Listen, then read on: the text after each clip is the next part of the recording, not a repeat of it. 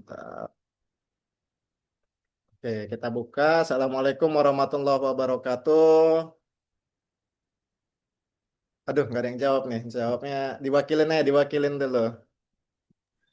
Waalaikumsalam warahmatullahi wabarakatuh. Warahmatullahi wabarakatuh. Oke, kawan-kawan semua, terima kasih banyak atas waktunya telah menyempatkan hadir, terkhususnya ini pemateri ada ya teman-teman ya. Jadi kita ada pemateri, tenang aja, ada pemantik diskusi lah. Paling nggak nanti ada Citra Perdana Kusuma dan Habibullah Sukma yang saat ini sudah berkiprah juga di ranah hukum dan semoga bisa menjadi pemantik yang hangat buat kita semua. Nah, jadi di sini aku sebagai moderator kawan-kawan, sehingga nanti untuk diskusinya nanti untuk konsepnya, jadi nanti akan ada penyampaian dari kawan-kawan pemantik diskusi, mungkin dimulai dari Citra dulu ya, nanti dimulai dari Citra dulu, lalu ke Habib, tapi sebelumnya nanti akan kita berikan terkait dengan inilah background atau terkait dengan Tom Lembong itu urutan waktunya seperti apa. Nah, itu akan kita jabarkan dulu. Sehingga untuk malam ini kurang lebih nanti sampai jam 10 atau kalau sekiranya memang lebih pun kita batasin sampai jam 22:15. Dan setelahnya bagi kawan-kawan yang sekiranya memiliki kesibukan lain diperbolehkan untuk off dari kegiatan Zoom ini. Dan bagi yang mau diskusi lebih lanjut ya sangat diperbolehkan sih. Karena di Muajah pertama pun kita kemarin sempat lewat ya sampai jam 11 mungkin, sampai jam 11 lebih lah diskusi lebih lanjut setelah forum selesai gitu. Jadi nggak masalah dan tergantung dari kawan-kawan juga. Nah, kenapa diskusi Tom Lembong ini kami angkat gitu? Karena melihat dari berbagai akun dari kawan-kawan semua, dari sebagian sih, memang nggak semuanya, dari sebagian mungkin ada keresahan, ada kebingungan, ada keputusasaan terhadap hukum di negeri ini, sehingga ini bisa jadi satu bumerang barangkali ya, barangkali satu bumerang juga buat kita nih. Nah, bayangkan aja nih Tom Lembong orang yang memiliki kuasa, orang yang memiliki power, walaupun sekarang udah nggak ada jabatan lagi ya dulu gitu dulu dan dekat juga dulu sama sama pihak-pihak ya tahulah sendiri geng-geng Solo gitu. Nah, geng-geng Solo kan. Ah, sehingga untuk saat ini akhirnya dia terkena kasus itu. Untuk lebih jelasnya akan kita bahas tuntas ya. Dan bisa jadi nih, bisa jadi obrolan dan diskusi malam ini enggak hanya terpaku atau terbatas pada persoalan Tom Lembong saja. Bisa jadi nanti melebar, tapi tetap kita batasin di ranah hukum. Dan aku yakin nih kawan-kawan sekarang yang berkiprah baik itu di ranah advokat, pengacara, pengadilan, pengadilan negeri, agama, atau syariah, atau mungkin berkarir di pemerintahan, atau berkarir sebagai pengusaha, bisa jadi ya, bisa jadi itu memerlukan memerlukan ilmu-ilmu kaitannya dengan hal-hal seperti saat ini juga karena yang dikhawatirkan kan kita nggak tahu pasti nih bisa jadi kita suatu saat terseret atau suatu saat kita kena. Nah, itu sangat sangat bisa jadi gitu. Jadi setidaknya kita belajar, kita mengerti duduk perkaranya seperti apa agar bisa ini sih bisa menjadi forum yang beradab lah istilahnya gitu ya. Atau forum intelektual bersama. Sehingga tidak hanya dari dari daripada kita cuman ngobrol-ngobrol tanpa ada dasar ilmunya, tanpa ada dasar tesisnya, itu kan kayak omong kosong gitu. Nah, jadi kita akan bedah secara intelektual, secara faktual ya barangkali kalau ada fakta-fakta menarik bisa kita bedah juga. Nah, untuk yang pertama mungkin aku izin ya Citra sama Habib ini eh, di materi yang pertama ini terkait dengan timeline story-nya dulu kawan-kawan. Jadi kita akan melihat dari timeline story-nya dulu terkait dengan kasus Thomas Trikasi Lembong ini. Nah, mungkin nanti di sini aku minta ke kawan-kawan semua untuk satu-satu bacain ya. Nah, ini udah terlihat guys untuk materinya. Sudah? Oke. Nah, ini ringkasan kasus sebelum nanti kita bahas lebih lanjutnya biar sama-sama tahu barangkali ada yang nggak mengikuti, jadi bisa lebih relate lah. Nah, ringkasan kasus Thomas Trikasi Lembong. Lalu slide selanjutnya. Ini diawali dari aku ya. Nanti silakan dari kawan-kawan yang lain. Nah, awal mulanya kasus ini terkait dugaan tindak pidana korupsi dalam kegiatan impor gula di Kementerian Perdagangan pada tahun 2015 sampai 2016 saat Tom Lembong menjabat sebagai Menteri Perdagangan di era Pak Jokowi saat itu ya berarti ya kawan-kawan. Dan jaksa menduga adanya penyalahgunaan wewenang yang menyebabkan kerugian negara. Oke, dilanjut dari Fikri Suari, silakan bacain. Ayo, periode kejadiannya. Fikri Suari, Fik, Sabar ya. oke, bacain dulu Nah, periode. baca nih. Ini Ah, terhalang. Oh ini di Oh, terhalang, bentar-bentar. Sabar ya. oke, siap, Wak. Oke. Periode kejadian 2015-2016. Tom Lembong menjabat sebagai Menteri Perdagangan, diduga terjadi praktik importasi gula yang menyalahi aturan. Salah satu poin yang disorot adalah pemberian izin impor gula, Valeri. kristal mentah, Valeri. GKM, dan tidak menunjuk BUMN untuk stabilisasi harga. Hakim menyebut izin impor gula kristal mentah adalah hasil ketidakcermatan Tom Lembong. Oke, jadi ini di periode waktu dia menjabat ya kawan-kawan ya. Jadi ada kebijakannya lah yang itu mungkin saat ini sedang dikasuskan. Nah, selanjutnya siapa ya? Damrin. Saya. Yuk, Damrin Siregar. Tulis itu. Sudah semua itu ya, konsol semua ya. Ya, konsulego dulu. Karena banyak nih. Damrin mana? Ya. Kau mute dulu aku. Oh, iya. Kok nggak bisa mute sendiri? Damrin nggak ada suaranya. Ya udah, coba Ulil. Lil bisa ditolong bacain Lil.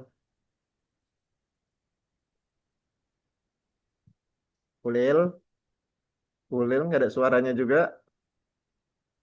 Ya udah Melva dulu Melva, yang cewek dulu. Melva boleh bacain yang ini Mel, penetapan tersangka. Ini nggak ada suaranya sih. penetapan tersangka Oktober 2024. Kejaksaan Agung menetapkan Tom Lembong sebagai tersangka kasus korupsi impor gula. Tom Lembong ditahan selama 20 hari di Ya, jadi ditahan selama 20 hari di Rutan Salemba. Jadi kasusnya udah 2000. dari beberapa bulan yang lalu ya kawan-kawan ya. Dan akhirnya baru diputuskan saat ini untuk vonisnya. Yang itu viral di mana-mana dan banyak juga influencer yang bersuara. Selanjutnya ini agak panjang. Jihu. Jihu boleh bacain Jihu proses persidangan. Boleh. Ya, boleh. Gas Jihu. Proses persidangan yaitu dari Maret sampai Juli 2025. Tom Lembong didakwa atas dugaan korupsi yang menyebabkan kerugian negara. Angka kerugian negara awal dakwaan jaksa mencapai 578 miliar, namun putusan hakim kemudian menyatakan kerugian negara sebesar 194,71 miliar. Beberapa saksi dihadirkan dalam persidangan. Tom Lembong membantah tuduhan jaksa dan menyatakan bahwa kebijakan impor gula dilakukan untuk menindaklanjuti arahan Presiden Joko Widodo dan sesuai prosedur. Pihak Tom Lembong juga berargumen bahwa kasus ini lebih bersifat administratif, bukan pidana korupsi, karena tidak ada niat jahat dan ia tidak menikmati keuntungan pribadi dari korupsi tersebut. Oke, semakin menarik ya kasusnya ya. Padahal sudah ditindaklanjuti dari arahan, ya bisa dibilang Rois OPRH-nya lah gitu. Tom Lembong ini mungkin mudakir gitu ya. Oke, dilanjut. Ya tadi udah cewek-cewek, sekarang siapa ya cowoknya di sini? Fikri, boleh Fik, singkat ini Fik. Oh, Fikri Parrozi. Fikri Parroji apa Fikri Oh, aku? iya, Fikri Parroji, sorry. Wah, Aku kok yakin aku. ingat Ya, mungkin aja. aku. Oke, Sopang Fikri dulu, Parroji. Sopang. Habis ini Dasopang, habis Dasopang ini dulu. agak panjang. Dasopang harus yang panjang, Wak. Oh, belum bisa. Ya udah. Salsa.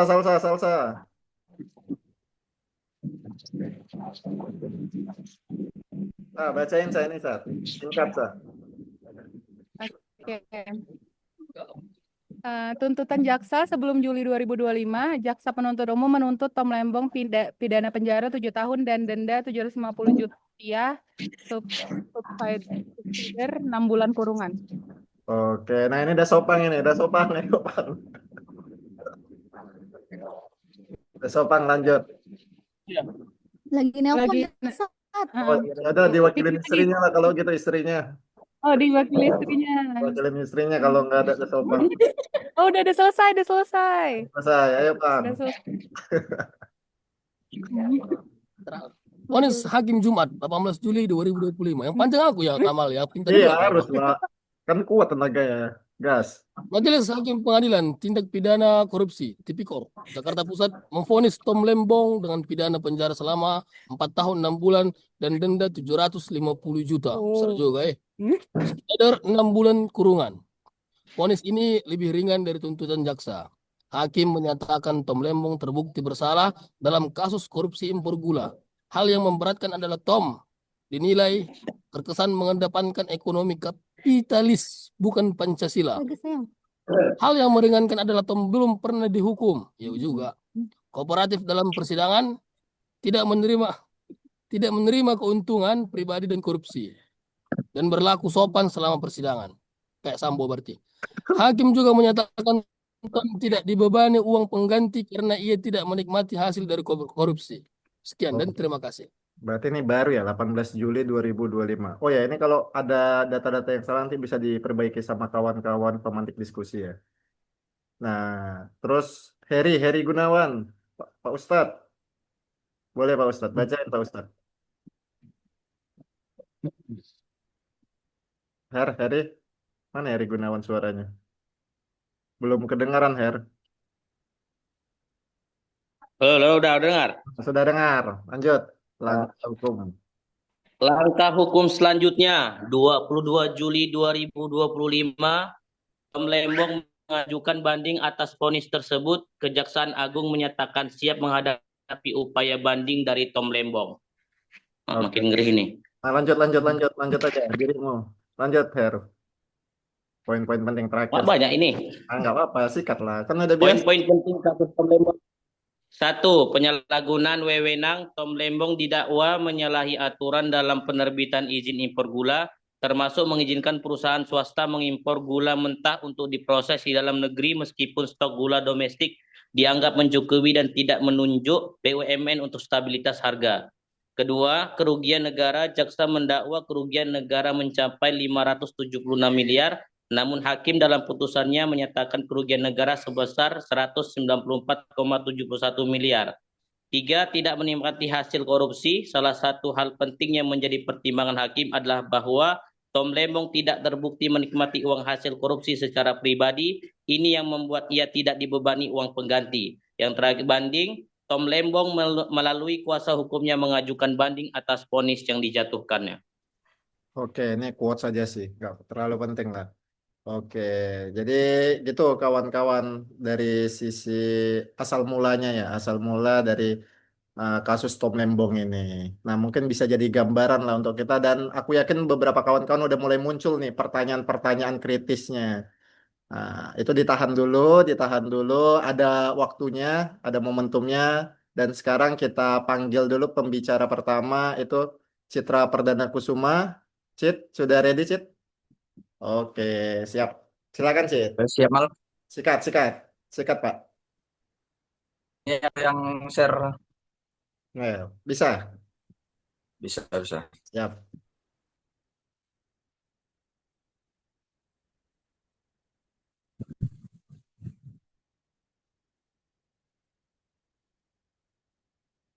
Assalamualaikum warahmatullahi wabarakatuh. Selamat malam semuanya kawan-kawan.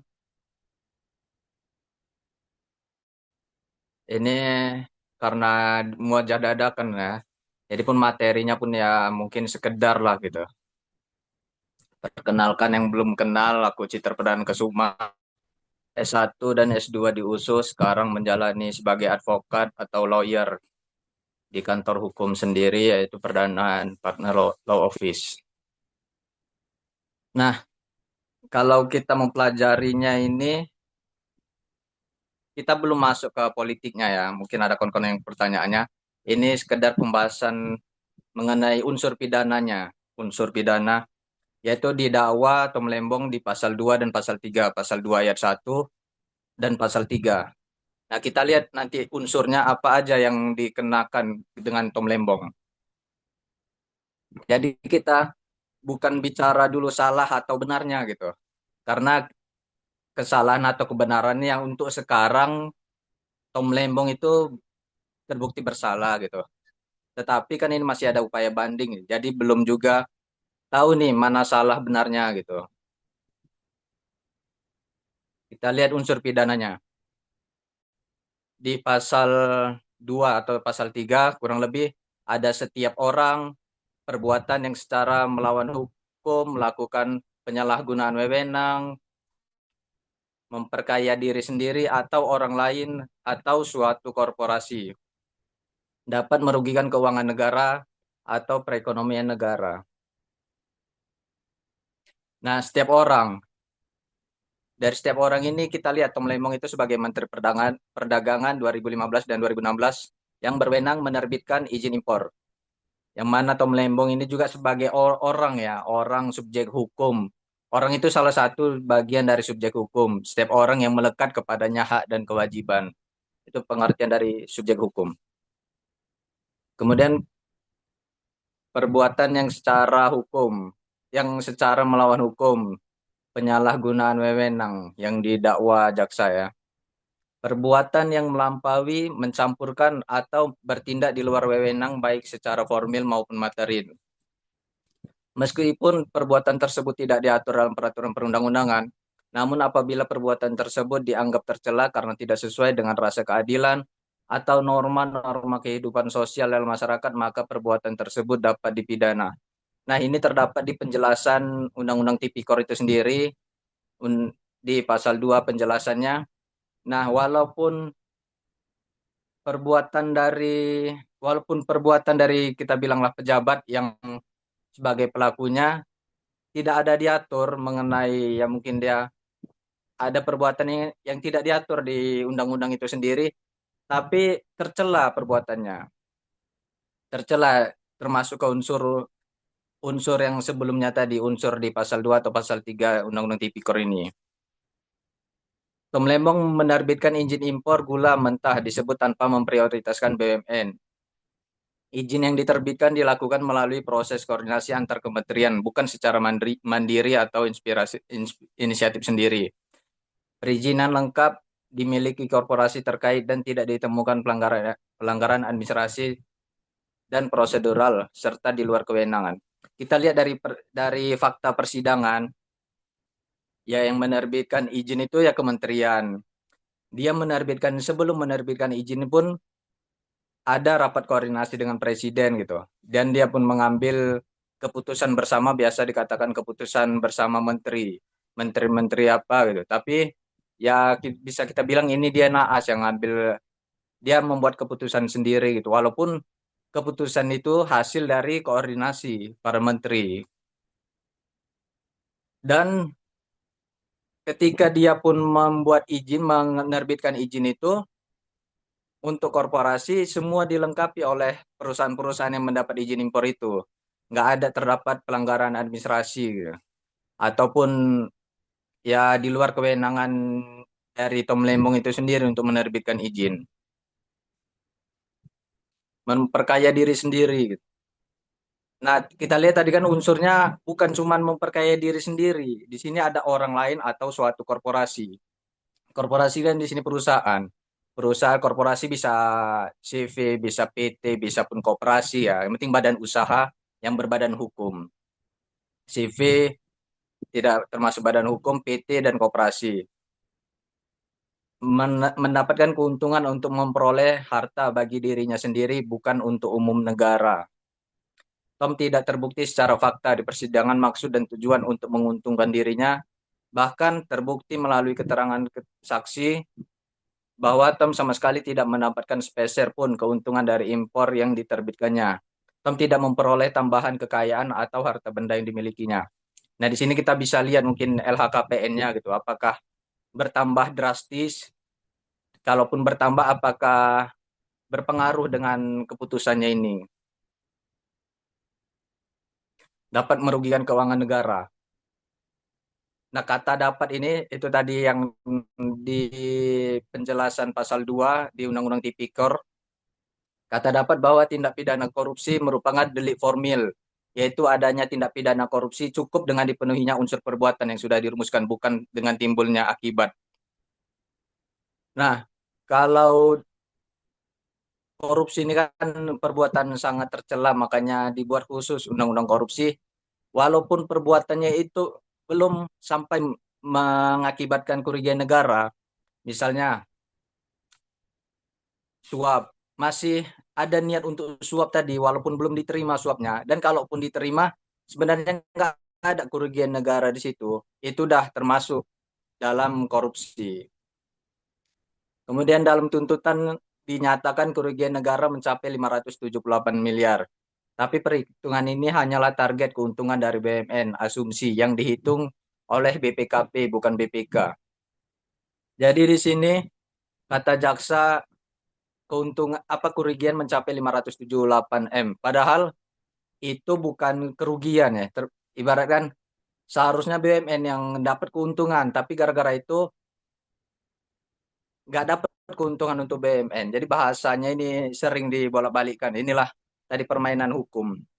Di sini yang bisa kita terpleset. Mana yang dikatakan kerugian, mana yang dikatakan tidak mendapatkan keuntungan. Kemudian dihitung oleh BPKP. BPKP itu kewenangannya hanya untuk awal penyidikan. Jadi awal proses hukum itu diawali dengan penyidikan. Barulah nanti ada penyelidikan, baru nanti ada penahanan di penyerahan ke kejaksaan, baru sampai pengadilan gitu. Nah, di waktu sampai di pengadilan itu ada namanya pembuktian. Pembuktian itu dihitung berdasarkan seharusnya BPK, bukan BPKP. Nah, jaksa dari awal hanya berdasarkan hitungan dari BPKP. Yang mana dalam proses pembuktian dilakukan oleh BPK yang berwenang menghitungnya. BPKB hanya menghitung pada saat proses penyidikan, bukan di persidangan, yaitu di pembuktian. Nah, kita sering pun dengar belakangan ini adanya mens rea atau tidak. Mens rea itu kita artikan bagian dari unsur kesalahan yang berkaitan dengan pelaku atau weton dengan niatnya atau kehendak willen. Jika unsur ini tidak terbukti, maka tidak ada pidana yang dapat dijatuhkan. Ginstraf zonder school. Ini menurut asas hukum pidana ya. Dari niat tadi, kita bisa lihat apakah niatnya tadi dolus atau culpa. Dolus itu ya sengaja. Apakah Tom Lembong ini sengaja menerbitkan biar supaya perusahaannya untung, ya mungkin di belakangnya nanti dari perusahaan ada setoran, kemungkinan kan. Atau culpa. Culpa yang tadi kelalaian. Nggak tahu, nggak Tom Lembong mungkin nggak ada diperkirakan. Ini apakah cukup untuk diberikan izin ke korporasi atau nggak boleh ke korporasi, hanya BUMN yang boleh. Kemudian actus reus, kita lihat kesalahannya, perbuatan melawan hukum, kesalahan atau tindakan yang secara nyata diperbuat oleh subjek hukum secara melawan hukum. Perbuatan pidana, contohnya korupsi, mencuri atau membunuh dan lainnya. Ya mungkin itu aja yang sedikit ya saya sampaikan. Selebihnya kita diskusi. Nah, di sini kita bukan menjudge salah atau benar. Kita di sini hanya melihat pertimbangan hakim atau fakta di persidangan. Oh, ini adalah, sorry, ini hanya quotes ya, kayak Tamal tadi bilang, quotes hukum apa namanya? Bacain dong. Asas hukum legalitas. Asas hukum legalitas. Kalau anak hukum bilang asas legalitas. Tidak ada satu perbuatan pun yang dapat dikenai sanksi pidana dan atau tindakan kecuali atas kekuatan peraturan pidana dalam peraturan perundang-undangan yang telah ada sebelum perbuatan itu dilakukan. Nullum dilectum nulla puna sine praevia lege penali.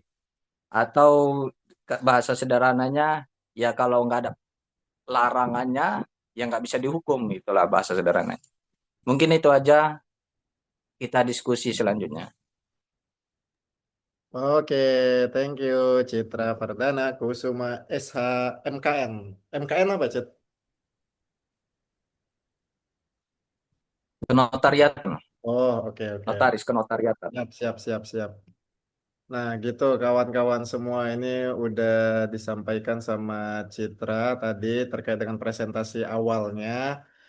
Nah, sebenarnya ya banyak sih pertanyaan-pertanyaan yang muncul tadi ya. Tadi kalau kata Citra kan ini kita nggak mencari benar dan salahnya, terus kita nyari apa, Cit, gitu. Kita sebagai orang awam hukum itu kan kadang bingung. Sebenarnya hukum itu ya di tengah-tengah, memang dia berdiri untuk melihat dari sisi helikopter view kan, melihat dari berbagai sudut gitu. Cuman kan tadi kan ada kata-kata juga tuh dari Bung Citra juga, katanya ya ini permainan hukum. Nah, apakah hukum sebercanda itu untuk bisa dipermainkan oleh beberapa pihak tertentu yang menginginkannya? Nah, itu juga yang menarik lah. Nah, karena kita semua bisa kena, guys, gitu. Kita semua bisa jadi Tom Lembong berikutnya, ibaratnya kan gitu. Ya, meskipun mungkin kita belum dapat jabatan saat ini ya. Maybe next year atau ya 10-25 tahun lagi mungkin ya. Gitu. Nah, ini kayaknya udah mulai ada hangat-hangatnya walaupun kepala lagi ngebul-ngebul ya. Ini kalau kata Cikber kita nyari kewarasan. Kewarasan di negeri yang kayak gini agak-agak sulit juga, Ber. Ya. Nah, biar biar lebih seru ini kita panggil dulu pemateri selanjutnya. Ada Bung Habibullah Sukma, SH. Dipersilakan ini, Bung. Ini aku bantu untuk share screen-nya ya, Bung. Teman, suara saya kedengaran? Mal, suara saya kedengaran nggak? Jelas.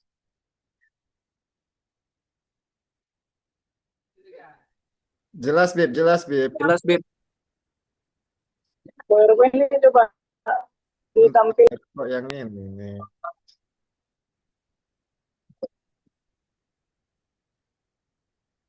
Bib, langsung yang ini, Bib. Ya, nggak apa-apa. Oke. Baik, teman-teman. Perkenalkan, saya langsung aja ya.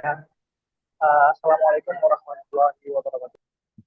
Waalaikumsalam warahmatullahi wabarakatuh. Perkenalkan, nama saya Habibullah. Salam kenal untuk teman-teman semuanya.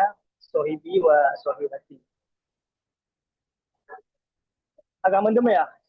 Iya, agak mendem Ini suaramu. jelas nggak? Tapi oke sih, masih oke lah. Walaupun ya kurang clear suaranya, tapi oke lah, Bib. Nggak apa-apa, Bib. Nanti kalau misalnya memang ada gangguan, nanti aku info. Oke, lanjut aja. Ini jelas. Oke, better, better. It's better. Terima kasih juga kepada teman-teman yang sudah setia dan bergabung dalam room kita bersama ini. Dan saya apresiasi juga kepada rekan saudara Citra, kemudian teman pemateri. Baik, langsung saja karena teman kita Citra sudah menggambarkan secara gamblang ya, baik secara teoristis bagaimana kasus Lembong ini berdiri sampai pada putusan. Jadi saya ingin memaparkan secara eksplisit ya, dalam artian saya ingin memaparkan secara langsung ya bagaimana hukum itu bergerak ya baik untuk Tom Lembong sendiri. Kalau semisal ada pertanyaannya, apakah Tom Lembong bersalah atau tidak? Kalau kita kaji secara pandangan hukum, apalagi kasus tindak pidana korupsi, Tom Lembong bersalah. Kenapa ya? Karena telah memenuhi syarat-syarat tindak pidana korupsi itu. Sebagaimana kita ketahui, pasal korupsi ya, ada subjek orang yang pastinya mengambil keuntungan. Ya walaupun dalam vonis majelis hakim tidak ditemukan ya fakta bahwa Tom Lembong itu mengambil keuntungan gitu. Kemudian memperkaya diri, dia tidak mengambil keuntungan karena dalam artian dia tidak memperkaya diri. Tapi kalau bahasa hukum ada namanya, kalau kita merumuskan suatu pasal itu ada pasal alternatif. Alternatif dalam artian selain memperkaya diri tidak ditemukan unsurnya, ada yang namanya memperkaya orang lain. Nah, hal-hal ini yang dapat menjerat Tom Lembong, memperkaya orang lain atau korporasi. Ya, jelas ya teman-teman ya. Jadi Tom Lembong ini dinilai memperkaya orang lain, sehingga jaksa itu ya memberikan edaran ya bahwa Tom Lembong ditetapkan jadi tersangka ya. Mungkin bisa dibuka ini mal slide nomor berapa ini ya, slide nomor slide nomor 5. Mungkin teman-teman bisa menilai ya bagaimana posisi yang menurut jaksa Tom Lembong ini bersalah ya. Nomor 5, karena ada itu pelanggaran administratif. Jadi pasal korupsi itu selain memperkaya orang lain atau merugikan negara, berdasarkan audit BPKP, Tom Lembong terbukti merugikan negara. Ya, walaupun dalam putusan hakim itu kemarin pada tanggal 18 itu dinilai ya, hakim sampai mengutip teori sebuah doktrin untuk memperkuat keyakinannya, walaupun Tom Lembong tidak menikmati hasilnya, tapi dia merugikan negara. Secara teori ekonomi ya disebutkan untuk membuat keyakinan dirinya. Dia aja nggak yakin sehingga dia mengutip teori ekonomi untuk meyakinkan dirinya, hakim sendiri ya, gitu. Namanya memperkaya, merugikan negara itu saran yang kedua. Kemudian ada lagi unsur yang terakhir sebenarnya itu ada perbuatan melawan hukum. Jadi selain merugikan negara itu ada perbuatan melawan hukum. Dalam artinya tidak menjalankan perintah instruksi Permendak nomor 1117 ya. Jadi ada di situ kita lihat menurut kejaksaan ada pelanggaran administratif. Potensi tindak pidana korupsi pelaksana prosedur hukum diabaikan. Pangan konsumsi nasional harus tunduk pada regulasi, ya benar. Unsur abuse of power terpenuhi karena melibatkan kekuasaan menteri. Jadi dalam hal ini dinilai Tom Lembong ini melanggar perbuatan hukum karena pada saat itu ya dalam arti sederhananya ya pada saat itu tidak dibolehkan nih yang namanya ekspor gula. Jadi Tom Lembong tidak inilah ya tidak memperdulikan sehingga dia melakukan ekspor gula tersebut begitu. Oke, kita lanjut lagi. Poin 6. Slide nomor 6 dari prosedur hukum ya, prosedur hukum. Kemudian poin nomor 6 ini. Wah, ya kan perlu kita nilai juga hak-hak Tom Lembong ya. Ini perlu kita nilai karena Tom Lembong tetap bersikeras. Tidak ada mens rea ya, niat jahat. Kalau tidak ada niat jahat, apakah seorang itu bisa dipidana atau tidak? Itu banyak ahli sih yang menggambarkan seorang itu bisa dipidana atau tidak. Ada istilah dalam asas bahasa hukum itu selain mens rea niat jahat, ada yang namanya actus reus, tindakan perbuatan kejahatan. Selain dari tindakan perbuatan kejahatan, perlu yang namanya mens rea. Karena biar sempurna itu perbuatan pidana. Banyak saksi ahli menilai, kenapa terlalu cepat Tom Lembong ini ditetapkan sebagai tersangka.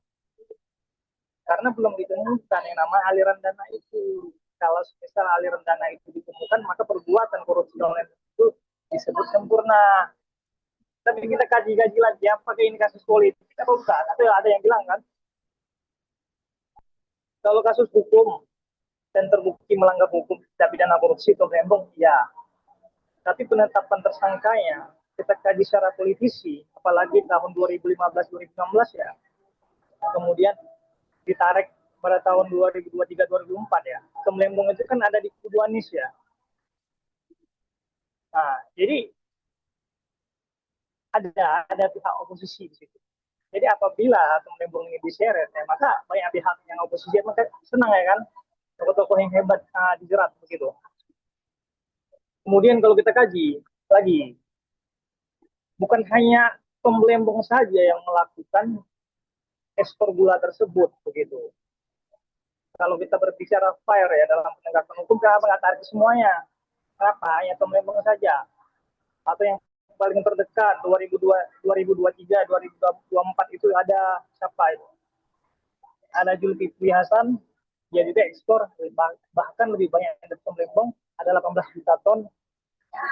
Kemudian 2020, 2022 ada Muhammad Lutfi juga bergema ya. Ini mah Oh ya, lebih bagus, Beb. Dideketin aja. jadi Hmm. kita kaji lagi, lebih tarik lagi ya. Selain 2002, yang paling dekat nih sama 2025 ya kan. Selain Tom Lembong yang melakukan ekspor gula juga. Ada Muhammad Lutfi juga 13 juta ton. Kemudian kita tarik lagi 2019-2020 ada Agus Suparmanto 9,5 ton. Dan yang kita tarik lagi lebih dekat bersama dengan Tom Lembong 2015-2016 ada Enggar Tiasto Lugito 15 juta ton juga. Dan dia juga pernah ditetapkan di tersangka, cuman batal ya, nggak sampai lanjut ya. Dalam artian batal lah, dalam P21 lah mungkin ya kalau dalam kepolisian, atau SP3 kan. Tapi yang menarik, Tom Lembong 2015-2016, Tom Lembong itu malah dilim sekitar 5 jutaan ekspornya. Kenapa dia hanya ditarik? Kalau kita fair ya, kenapa nggak ditarik ke semuanya aja? Kenapa pilih-pilih ini? Nah, itu yang menjadi persoalan. Ya, kita nggak tahu lah, yang Tuhan lah yang tahu ya, gimana penegakan hukum ini sebenarnya. Tapi secara hukum, terapan yang dilakukan hakim, penilaian pertimbangan dengan bukti-bukti yang dihadirkan di persidangan, ya terbukti. Walaupun disebutkan, pada fakta persidangan, kerugian itu terbukti ya, setelah dilakukan upaya pembuktian itu, kerugian negara itu sebanyak 194 ya, 18 miliar. Nah, itu sebagai fakta persidangan pertimbangan hakim kerugian 144 miliar. Jadi ada keuangan negara yang dirugikan. Semisal kalau tidak ada kerugian yang ditimbulkan kepada negara, Kemenko tidak akan tidak akan pasti diputus bebas. Karena penerapan pasal pidana dalam korupsi itu harus semua unsur-unsur pasal itu terpenuhi. Tidak ada salah satu misal tidak kerugian atau saksi-saksi yang tidak terpenuhi, ya itu akan mengakibatkan dakwaan jaksa itu akan gugur. Makanya penasihat hukum Tom Lembong bersikeras mengenai, apalagi kalau kita lihat ya dalam cuplikan di persidangan itu kan sangat alot bagaimana PH-nya itu mensinyalir keterangan Menteri Perekonomian sebelumnya ya, ada itu. Tapi hakim ngotot kan tetap membacakan keterangan dari saksi tersebut sampai 4 kali tidak dihadirkan. Nah, itu bermasalah juga, itu menjadi dakwaan jaksa itu sebenarnya kalau tidak bisa dihadirkan. Semisal saksinya nih kabur misalnya, itu bisa mempengaruhi dakwaannya, bisa gugur juga, bisa memang jelas juga. Nah, walaupun sih dalam putusan hakim itu pada akhirnya hakim itu mensinyalir ya, menyampaikan keterangan terdakwa itu tidak hadir ya, begitu. Jadi kita kaji lagi ya, masuk seperti yang dikatakan teman kita ini, rekan kita Citra. Ya memang sih kalau secara ada kasus praduga tidak bersalah juga, kemudian asas presumption of innocence ya. Apalagi Tom Lembong kan masih melakukan upaya hukum ya, banding. Jadi Tom Lembong itu secara fakta hukum seorang itu tidak bisa dikatakan bersalah sampai ada putusan yang berkekuatan hukum tetap atau inkrah. Tidak bisa dikatakan Tom Lembong itu bersalah. Tapi kan kita bisa menilai, apalagi fakta persidangan kan terbuka. Mau gimana pun kita membenci misalnya ya, mungkin teman-teman yang menjabat sebagai hakim tinggalkan dulu ya, kita kan ini bahasnya apa adanya aja ya. Ya kita percaya pada hakim dan terbukti kata hakim, termasuk ahli-ahli yang dihadirkan seperti Ganjar Laksmana mengatakan tidak ada apa namanya, tidak ada korupsi yang tidak memperkaya diri. Artinya gini, pasal itu memang sudah tepat dibuat memperkaya orang lain. Kayak kita, kalau kita kerjasama sama orang lain itu kan pasti basisnya orang-orang tertentu, tidak mungkin sembarangan. Ya, proses aliran dana ini tidak ditemukan. Walaupun memang ya Lembong itu kan untuk menstabilkan pangan gula ya di tahun 2000 selanjutnya. Tapi ingat, mens rea, walaupun tidak ada niat jahat, tapi pasal dan aturan pidana itu banyak alternatif untuk mengikat seorang itu. Contoh, kalau kita berbicara niat jahat ya, bisa orang didana walaupun tidak ada niat jahat. Kayak kita ini, kita bawa mobil ya, kita ada niatan nih, tiba-tiba ada orang lewat, kita tabrak, kita ada niatan membunuh orang itu karena kelalaian kita, dia mati, dia tetap tidak dipidana karena kelalaian mengakibatkan seorang kematian. Karena dalam pasal itu menentukan nyawa seseorang, kelalaian mengakibatkan seorang kematian. Kalau misal hewan yang kita tabrak mati, belum tentu kita bisa dipidana karena dia bukan subjek manusia.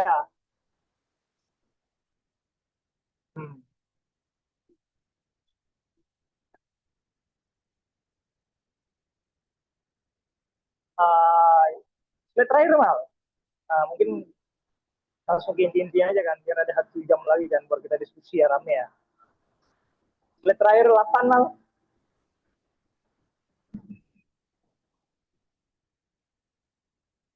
Ini Bib, slide nomor 8 ini. Kelihatan? Politik di balik pangan. Oke. Jadi seperti yang saya terangkan tadi, ya ada unsur politik ya mau nggak mau ya. Apalagi kalau kita berbicara hukum itu faktanya nih. Hukum kita sekarang tuh abuse of power sebenarnya. Kalau kita tahu di lapangan itu hukuman itu sebenarnya kuat pada kekuasaan. Kalau mereka tahu di lapangan itu. Kalau kita nggak punya siapa-siapa, oh jangan harap kita mendapatkan keadilan. Mahal, hukum itu mahal. Ada berapa juta misalnya penduduk kita di Indonesia yang bisa menyewa pengacara misal. Walaupun sih ada LBH dibuat, tapi kan nggak maksimal. Kenapa saya bilang abuse of power dalam penerapan hukum? Karena berkelapangan kayak kemarin ada pernah saya tangani dalam satu kasus penggelapan motor di salah satu perusahaan FIF, PT Fighter International Finance, itu mengakibatkan kerugian sekitar 37 miliar. Itu banyak oknum yang terlibat di situ, bahkan instansi-instansi pemerintah. Tapi bisa ditutupi. Ya ada nanti ditarik beberapa sebagai tumbal ya mungkin ya. Itu sebagai formalitas saja. Tapi begitulah faktanya hukum. Makanya kita diusahain lah, jangan mau terlibat yang namanya hukum. Karena udah kita berbicara hukum itu keadilan itu mahal. Kemudian pasal 55 ya kan, Lembong terbukti melanggar pasal apa tadi? Pasal 2 ya kan, dan tindak pidana korupsi junto pasal 55. Pasal 55 ayat 1 ini pidana umum sebenarnya ini. Ini pasal yang tidak bisa berdiri sendiri. Kalau bahasa lain itu kalau misalnya kita sebagai pencuri ada penadahnya, penampungnya ya kan. Itu pasal 55. Kalau kita mengkaji pasal 55 ini sebenarnya alternatif juga kayak Tom Lembong kita kaji. Kenapa pasal 55 diterapkan? Tom Lembong ini sebenarnya dia yang memperlancar. Baik, kalau kita bahas lagi, walaupun dia tidak ada niat jahat, ada 55 karena Tom Lembong hasil kebijakannya itu memperlancar proses ekspor itu yang mengakibatkan kerugian negara. Jadi masukkan pasal 55 jadi sempurna. Ada berapa selain Tom Lembong yang dijerat kasus ini kan ada 9 orang kan? Ada 9 orang yang kena selain Tom Lembong, di antaranya itu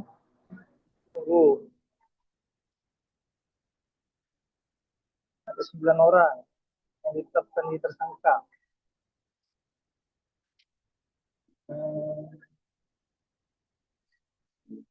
Saya baca dulu yang sebentar. Jadi teman-teman bukan hanya Tom Lembong aja, karena mereka ini kan beramai-ramai ya. Ada 9 orang. 9 orang tersangka disebut yakni TWN selaku Direktur Utama PT API, Presiden Direktur PT API, pertama WN selaku Direktur Utama, sampai ke 9 orang yang terakhir selaku Direktur PT PDSU, 9 orang yang tersangka. Saya Lembong dijerat pakai pasal 55. Ini terus serta melakukan sebuah kejahatan. Kalau tidak ada mens rea ya tetap. Unsur pasalnya dianggap syarat-syarat pasal sudah terpenuhi begitu. Kemudian mengenai pangan dari negara swasta. Swasta ini maksudnya begini, swasta masuk konsumsi nilai membahayakan ketahanan pangan. Karena kan negara ini kan pengen menguasai alat kendali negara ini. Faktor untuk ekspor gula ini termasuk keadaan gula ini. Jadi pemerintah tidak ingin ada intervensi swasta. Makanya dalam putusan hakim itu menimbang bahwa hal-hal yang memberatkan Tom Lembong itu diantaranya ekonomi kapitalis ya. Tom lebih mendukung yang namanya ekonomi kapitalis daripada ekonomi demokrasi. Karena dia tidak mau melibatkan. Karena dia mengambil kebijakan tersendiri termasuk di luar dari hal yang sudah ditetapkan. Modal ya, swasta. Ya. Pertimbangan hakim itu hal-hal yang memberatkan dia. Kita lebih memihak ekonomi kapitalis daripada ekonomi demokrasi berbasis Pancasila, ekonomi kita Indonesia. Nah, begitu teman-teman. Jadi kalau kita gaji Tom Lembong bersalah ya bersalah. Secara syarat hukum dia terpenuhi, melakukan tindak pidana korupsi. Cuman kenapa hanya Tom Lembong saja yang ditarik? Kenapa nggak semua menteri ditarik itu? Dihitung dari yang terdekat. Nah, ini yang menjadi janggal. Karena dia cuma polisi, tujuannya Pak Prabowo mengenai ditarik, kita nggak tahu lah, wallahi a'lam lah ya. Mungkin moderator mungkin tahu Pak Tamal kan alasan-alasan historisnya kan, mungkin di Jogja ya kan tekan sama Pak Anies. Oke, mungkin itu ya teman-teman. Semoga bermanfaat lah, kita sharing belajar ya. Saya juga banyak kekurangan. Terima kasih. Waalaikumsalam warahmatullahi wabarakatuh.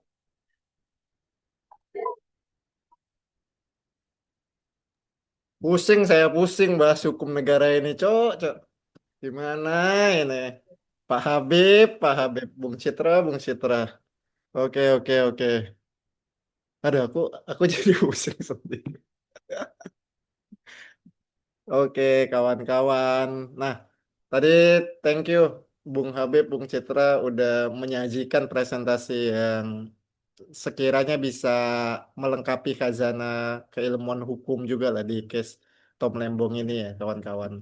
Tadi kalau Bung Habib tadi bilangnya TL, aku merasa kesebut kan Tamal gitu ya. Tom Lembong ternyata.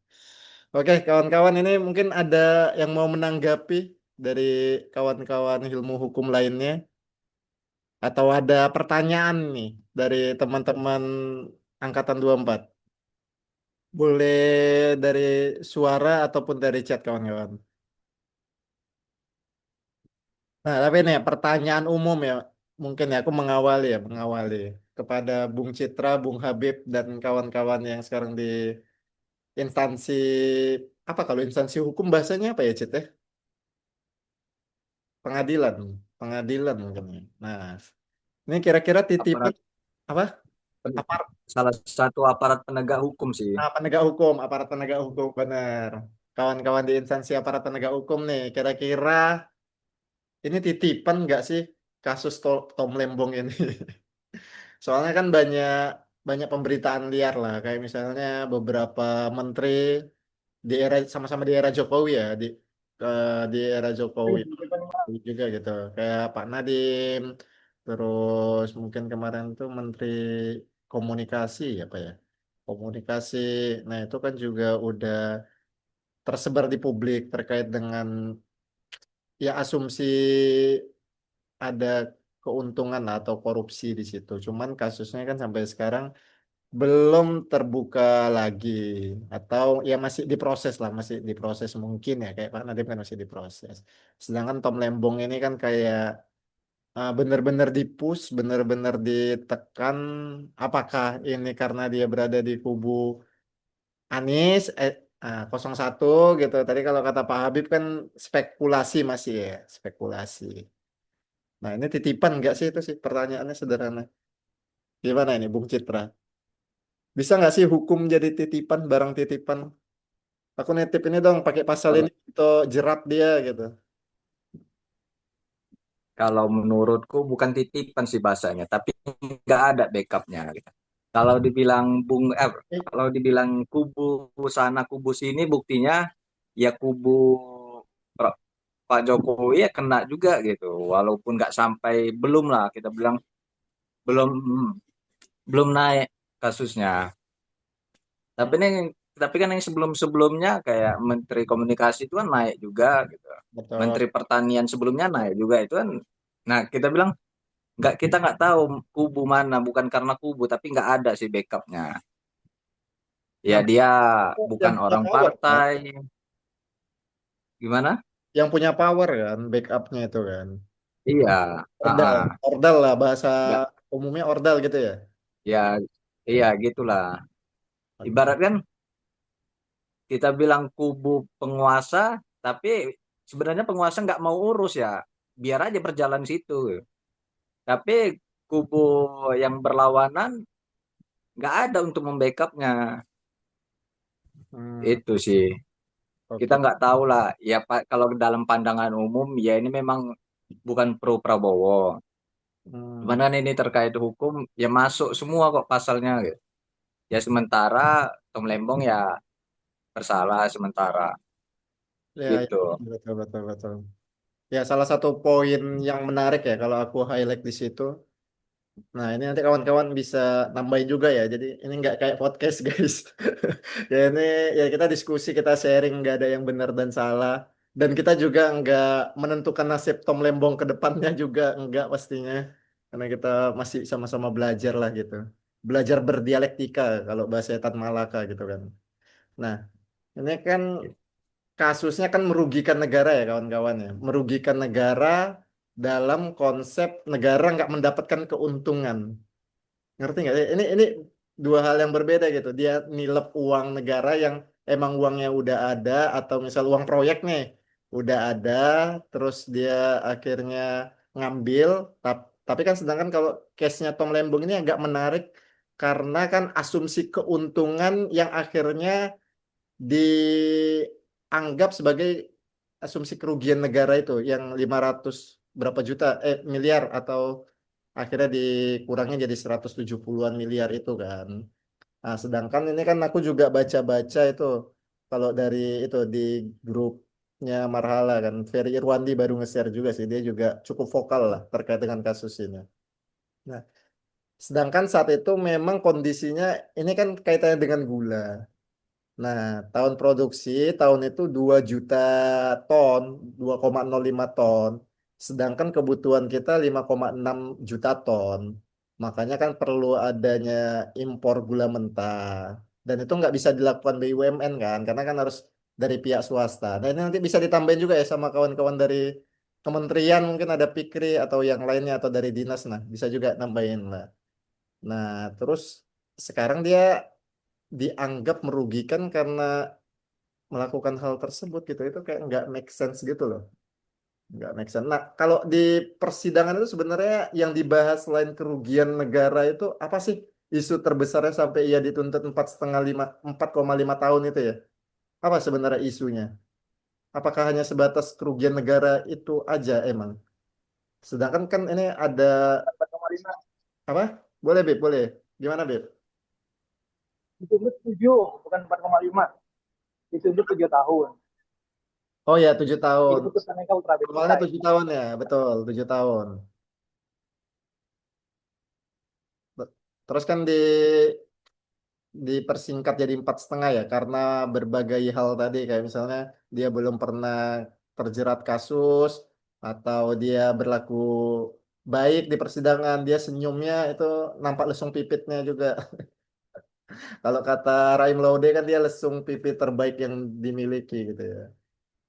Lelaki dengan lesung pipit terbaik ya itu intermezzo lah. Nah, itu gimana tadi tanggapannya, guys? Apakah hanya sebatas karena kerugian negara yang itu masih tanda kutip ya, kerugian negara itu kan masih tanda kutip kan, sedangkan dia kondisinya sepertinya emang harus dilakukan dan udah meminta persetujuan dari presiden gitu loh.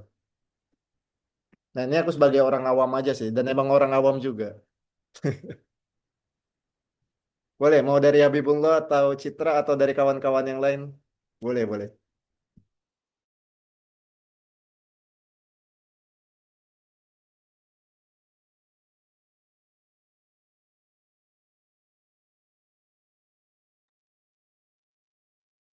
Kerugian. Nah, kita kalau memandang kerugian negara kan itu gini.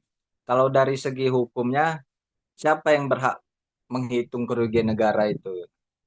Itulah tadi yang dibahas, apakah BPKP atau BPK.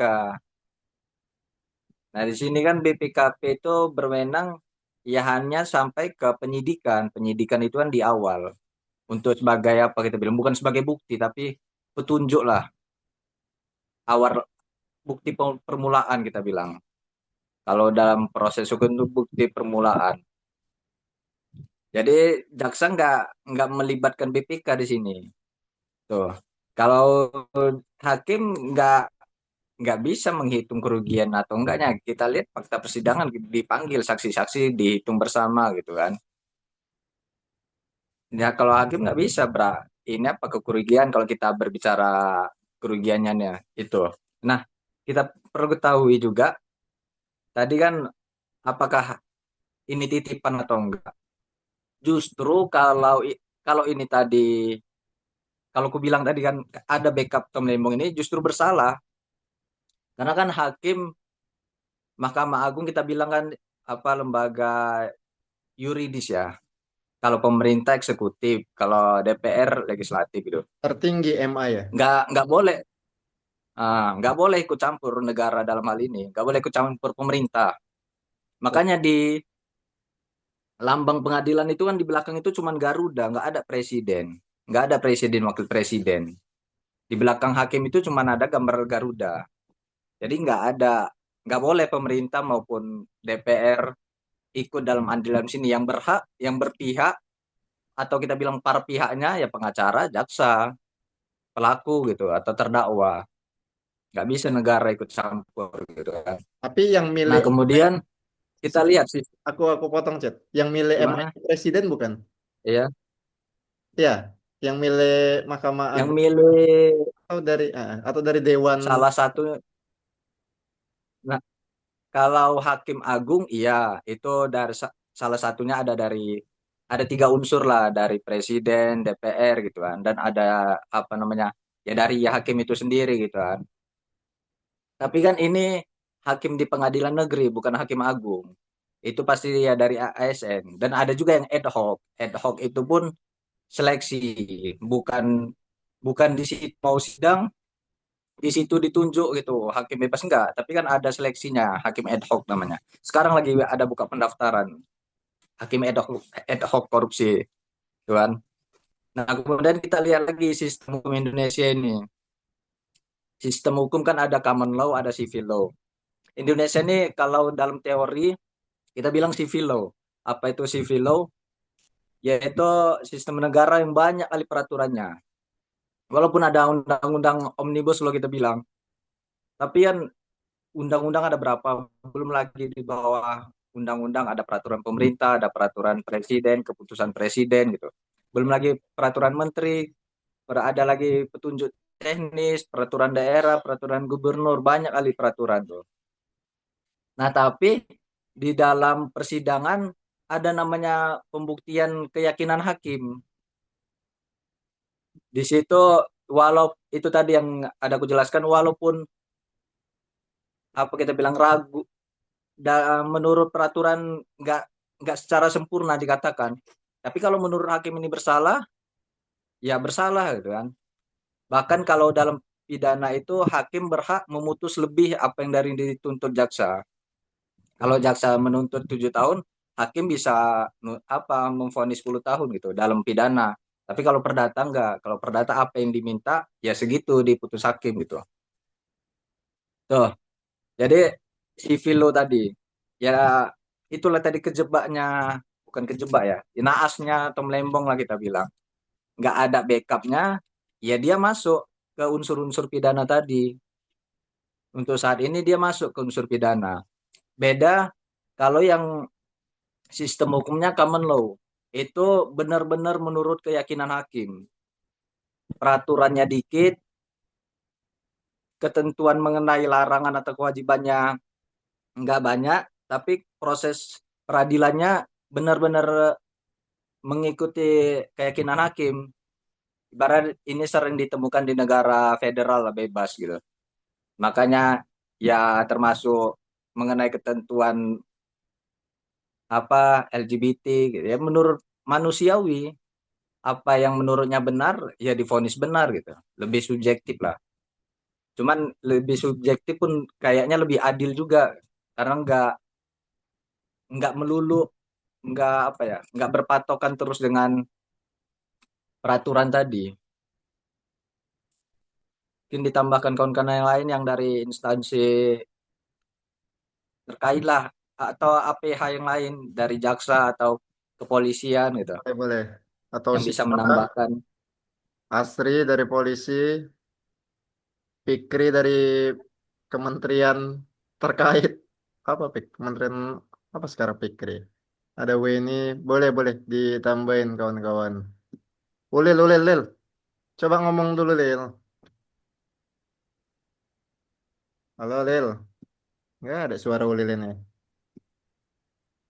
Menyimak Jangan nyimak-nyimak karena aja. lagi ada pertemuan juga. Oh, oke oke. Kalau sedikit menanggapi Mal, yang kamu tanya tadi. Coba kasih satu Menyimak para pertanyaan suhu. Lil. Kasih satu pertanyaan dulu Lil. Pertanyaan aja Lil. Nggak berani awak mau terlalu banyak tanya. Ini lagi ada pertemuan malah, jadi menyimak aja sementara. Oke oke oke Lil, oke Lil. Siap Lil. Ah, atau Habib, Yang Habib kamu mau tanya nambahin Bib. tadi mengenai ada ini kan ada izin presiden Bib, ya kan. suaranya putus ini Bib. Agak menggema Bib. Sorry, sorry Bib. Yang kamu tanya tadi kan ada izin presiden kan. Hmm. Itu gimana sifatnya? Karena udah izin presiden kan. Ya, kedengaran. Amal, Ya, kedengaran Bib. Gimana? yang pas kamu tanya tadi kan udah ada izin presiden. Yang pas kamu tanya kan udah ada izin presiden, kenapa mesti kena gitu kan? Betul.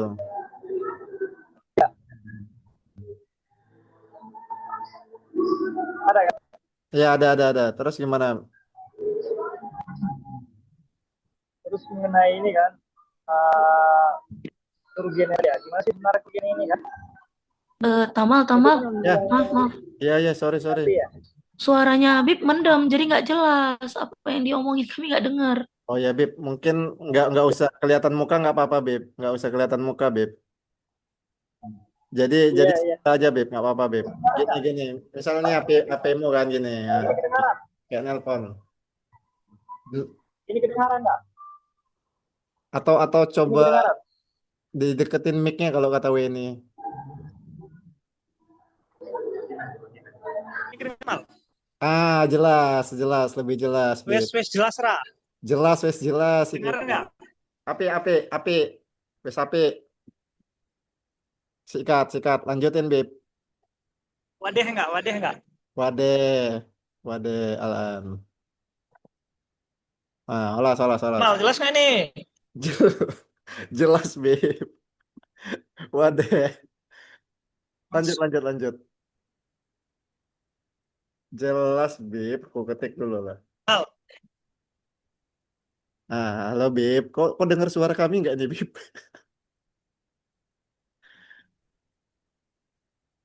Udah. Ngomong aja nggak apa-apa, Bib. Kami dengerin ini. Loh, malah di-mute sama Bib ini. Bib, jangan di-mute, Bib.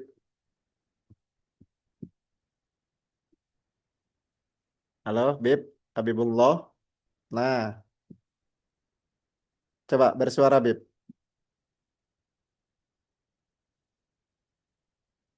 Cid, tempatmu ada suara Habib nggak, Cid? Kok tempatku nggak ada, Cid? Nggak ada. Kosong saya. Kosong. Masih kosong.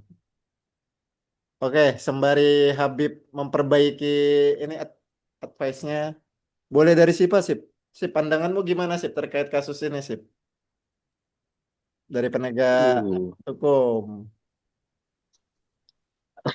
Duh, aduh, izin aku ya Mal. Izin, Cit. izin diterima, Pak. Aku ini dah nanggapi dikit tadi On cam yang dong, aku on bilang. cam dong, Pak, on cam. Aduh, ntar. Sebagai gurunya adikku ini, ayo, sip, jangan malu-maluin. Mantap. Aku nih lah. Aku mau inilah mau respon dikit ya kan yang tadi kau bilang. Kenapa pada akhirnya kan Tom Lembong kan dia nggak dia korupsi tapi kan nggak untuk kekayaan dia, tapi akhirnya dijerat nih dengan hukuman yang sekian tadi. Nah, kalau menurutku ada asas hukum pidana ya Citra. Salah satunya itu asas personalitas. Itu lari ke subjek hukum aktif ataupun pasif. Artinya ada subjek hukum atau pelaku yang dia bertindak secara aktif dan pasif. Nah, di sini Tom Lembong dia sebagai subjek hukum yang pasif, tidak menerima suap langsung untuk diri, tidak memperkaya diri, tapi sebagai pemeran pasif aja, makanya pada akhirnya dijerat itu. Tapi di asas hukum yang sama juga, aku mau naik sama ya yang tadi kan Citra sama Syabib kan ini ya memaparkan menjabarkan isi putusan hakim ya kan, banyaknya fakta-fakta persidangan segala macam. Nah, masih di asas hukum yang sama, asas hukum personalitas aktif dan pasif, ya kan? Katakanlah Tom Lembong sebagai yang aktif karena dia membuat regulasi. Tapi kan di balik regulasi itu ada peran pasif presiden yang menyetujui regulasi dia. Nah, kenapa yang dijatuhkannya Tom Lembong tidak yang orang-orang belakangnya gitu? Apalagi kita tahu kalau tindak pidana korupsi itu tidak dilakukan sendirian, pasti banyak unsur-unsur yang terkait. Gitu. Itu aku ini sih, aku juga masih agak bingung. Kenapa cuma Tom Lembong sendiri yang dijerat? Selain dia nggak ada backupan ya. Kalau dia nggak ada backupan ya artinya hukum ini akan aman nih kalau kita punya backupannya kan. Kita nih bisa aja naik kereta melanggar lalu lintas kalau kita punya backupan di polisi, punya backupan di pengadilan kan gitu ya. Nah, kalau menurutmu gimana Cid? Kenapa cuma si Tom Lembong? Padahal kan dia buat regulasi atas ada perintah ada persetujuan presiden. Di balik kebutuhan Indonesia satu juga butuh. Terus kenapa si Tom Lembong malah impor? Tapi kan seharusnya kan banyak nih banyak yang bisa terjerat, nggak cuma Tom Lembong tok gitu loh. Ya, menarik. Ini pertanyaan banyak orang juga sih mewakili. Oke, Citra sama Bung Habib. Cit masih di mute, sorry. Kenapa nggak bisa yang lain? Nggak tahu lah ya. Kalau berpikir secara singkat gitu aja, ya itu kewenangan jaksa. Suka-suka jaksa mau ngapain siapa gitu. Cuman ya kita melihat objeknya sih. Objeknya ini kan awalnya ya karena kebijakan Tom Lembong sendiri. Kalaulah tadi ada keputusan bersama menteri bisa gitu. Cuman apa yang mau dibuktikan kalaulah kita bilang presiden bisa masuk, cuman apa yang diambil dari persetujuan presiden itu? Nggak ada presiden mengeluarkan keputusan presiden. Nggak ada pun hasil Dia tanda koordinasi tangan itu juga nggak ada ya, tanda tangan. Presiden hanya lisan.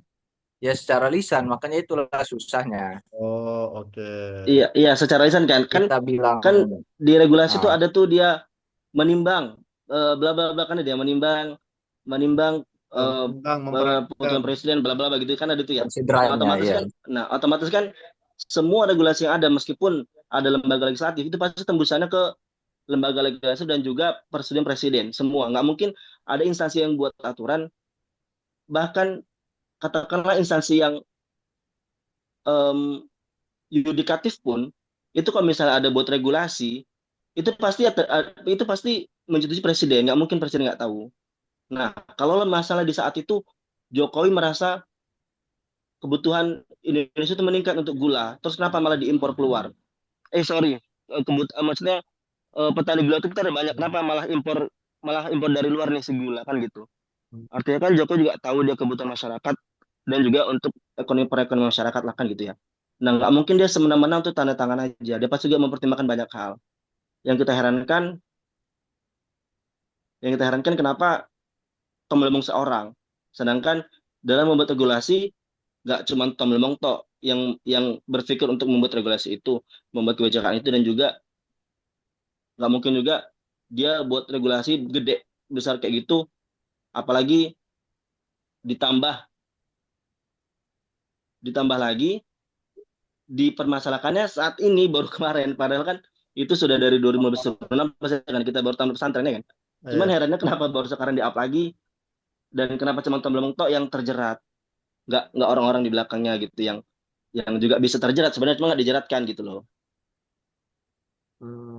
Tenang sih, ini rekaman di kita-kita aja kok. Jadi bebas bersuara. Nah, harusnya sih kalau temanya hukum kayak gini sih, pertanyaan-pertanyaannya kritis gitu loh. Sikat, Cit. Balas. Ya jaksa ya aja ya. Atau siapa ya, Rafika yang ASN di Kejaksaan walaupun Ya, udah jaksa. ada Rafika ini, Rafika sama Aki Mufli kalau berdua ini. Rafika Itu boleh. kita kembali, Ah, kalau kenapa kita nggak bisa jawab kenapa ya, ya kalau itu bilang politik ya, dari bilang politik, tapi ya dasar hukumnya itu tadi yang dikenakan, walaupun ada konsiderannya tapi yang akibatnya izin, masalah izin impor, ya izin. dia menerbitkan izin ke siapa, itu tadi lah yang bilang ini kan bukan kerugian negara sebenarnya. Kayak mungkin kalau yang kawan-kawan TNI sekarang lagi terlibat lah masalah pelepasan kawasan hutan. Nah, pelepasan kawasan hutan banyak perusahaan-perusahaan besar yang terjerat akibat dari kebijakan hukum itu sendiri. Perusahaan udah mengurus semua izin, bahkan udah sampai memiliki, kita bilang kalau kita pribadi kita udah punya rumah, itulah kita bilang udah mengurus HGU, HGB, tapi pemerintah bilang itu kawasan hutan gitu. Mungkin kawan-kawan TNI lagi terlibat di situ gitu. Ya, kebijakan negara kadang nggak sesuai dengan apa yang kita udah ngikuti kebijakan, tapi berubah lagi kebijakan itu. Tapi kalau Terus nggak bisa kalau kayak dijawab proyek-proyek kenapa yang nggak mangkrak terlibat gitu, semua. proyek-proyek yang mangkrak, ini misal IKN mangkrak nih, kira-kira bisa dipenjara nggak yang terlibat? Ya seharusnya bisa. Nah itu kan berapa coba kerugian negara? Seharusnya kalaupun Iya, kereta cepat. jaksa memeriksa, menyidiki, ya bisa aja langsung jaksa menyelidiki. Bisa aja sebenarnya. Cuman kan untuk memeriksa presiden kan harus melalui persetujuan DPR gitu. Partai berapa persen, gitu. Nggak bisa langsung dari jaksa memeriksa presiden. Harus ada partai-partainya yang diikuti. Itu kan butuh proses lama gitu. Sedangkan setiap rapat paripurna itu ya berapalah orang dari legislatif itu yang hadir. Iya, betul, terhitung lah. Dan, Nah, dan harusnya kan kalau ya walaupun dibilang ya gimana Cet? kayak sekarang pemakzulan Gibran itu, ya sampai kapan lah apa opini pemakzulan Gibran itu, ya sampai ya paling nih habis masa jabatannya, karena nggak mungkin legislatif itu terkumpul semua gitu. Itu kan harus ada proses DPR. Ya lagi-lagi itu kewenangan jaksa lah untuk ya seharusnya memeriksa semua yang terlibat di situ, dan kementerian yang sebelum dan sesudahnya. Kalau Tom Lembong kena ya seharusnya sebelum dan sesudahnya kena. Ya kembali ke kejaksaan. Oke, siap, siap, siap, siap. Oke, Cet. Ya, walaupun aku masih sebagai orang awam ini masih ngawang-ngawang, tapi menarik sih ini. Karena kan memang pembahasan hukum ini kan kadangkala cukup rumit kan. Dan kalau kalau dari yang apa ini, kenapa izin presiden dikesampingkan karena hanya secara lisan, jadi sifatnya bukan hukum formal sehingga secara hierarki undang-undang tidak bisa mengkesampingkan Permendak 117 yang dilanggar Tom Lembong. Mungkin ini tadi menjawab pertanyaan Siva ya. Atau Siva ada komentar sih terkait dengan balasan dari Habib ini. Dan aku nggak tahu ya, apakah ada kajian dulu sebelumnya, sebelum kebijakan itu dilakukan. Biasanya kan memang kalau di pemerintahan gitu harusnya sih ada terkait dengan kajian dari tim ahlinya dulu kan. Lalu kan kesimpulannya nanti mengkerucut kepada hasil apakah ini perlu impor atau enggak. Nah, dan itu aku yakin juga banyak orang yang terlibat dalam diskusi-diskusi itu. Cuman memang persoalannya yang tanda tangannya paling besar itu kan emang Bapak TL ini kan. Sehingga akhirnya dia ya barangkali menjadi inilah apa ya bahasa tepatnya ya tersang udah tersangka belum sih hitungannya sekarang guys? Udah. Tervonis, bukan Ter- tersangka lagi, tervonis. oh beda ya tersangka udah tervonis itu lebih dalam daripada tersangka. Oke oke oke. Tersangka itu masih tahap awal penyidikan, Oh iya iya benar benar benar. belum sampai pengadilan. Kalau udah sampai pengadilan baru terdakwa. Menarik. Kalau sudah putus bersalah baru dibilang narapidana. Oke. Nah, terpidana. Nah, aku mau nanya sama Habib lagi nih. Kayaknya seru juga kan? Aku nanya Habib lagi nih. Kayaknya Gas, seru juga. gas.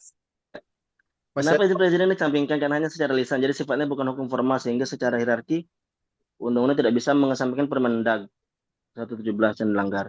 Kan ada asas hukum like spesialis, kita lagi generalis. Apakah itu nggak bisa jadi dalih hukum? Iya kan? Menurut mana Cid? Aku juga bingung nggak ngerti aku nengok nengok ini cuman ini Indonesia ini. Ya kan? Memang sih karena secara lisan jadi kan nggak bisa di itu undang-undang mengesampingkan Permendagri ya kan. Tapi kan ada juga asas hukum like spesialis derajat lagi generalis. Kalau aturan yang khusus tidak lakukan. Walaupun dilakukan upaya hukum tetap tidak menggugurkan putusan. ya memang. Maksudnya apa, Bib? Kalau misalnya banding itu, Ya kalau kalau banding gimana itu, Bib? Kalau banding. Atau kita undang Ustadz siapa? Rodo ini yang khatam hukum ini. walaupun dilakukan upaya hukum tetap tidak menggugurkan putusan awal. Walaupun dilakukan upaya hukum. Maksudnya banding gitu, banding tidak menggugurkan putusan awal.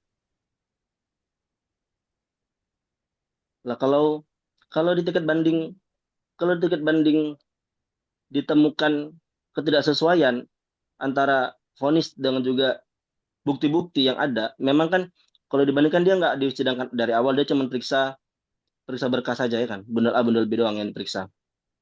Tapi kan itu bisa mengurangi, kalaupun nggak mengurangi kan bisa jadinya vonis bebas. Ya nggak sih, Bib? Maksud Habib gini mungkin.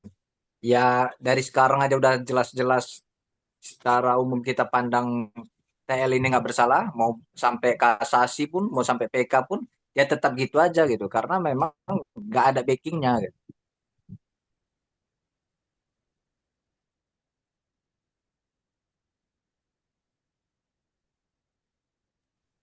Iya sih, tapi kayaknya belum tentu juga lah karena ada beberapa perkara juga kemarin yang ketika di tiket pertamanya dia kita sangka nggak bersalah, dibuat bersalah, kemudian tiket bandingnya divonis bebas. Apa soal kemarin ya? Aku lupa lagi. Tapi kan nggak, tapi kan setidaknya ada kemungkinan ya kan walaupun kecil ya kan.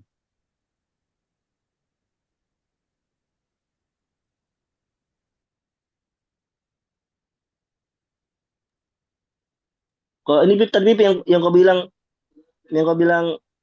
secara hierarki undang-undang tidak bisa mengesampingkan Permendagri. Nah, kan ada sosok kuning spesialis di lagi generalis Bib. Apa Cid? Itu gimana?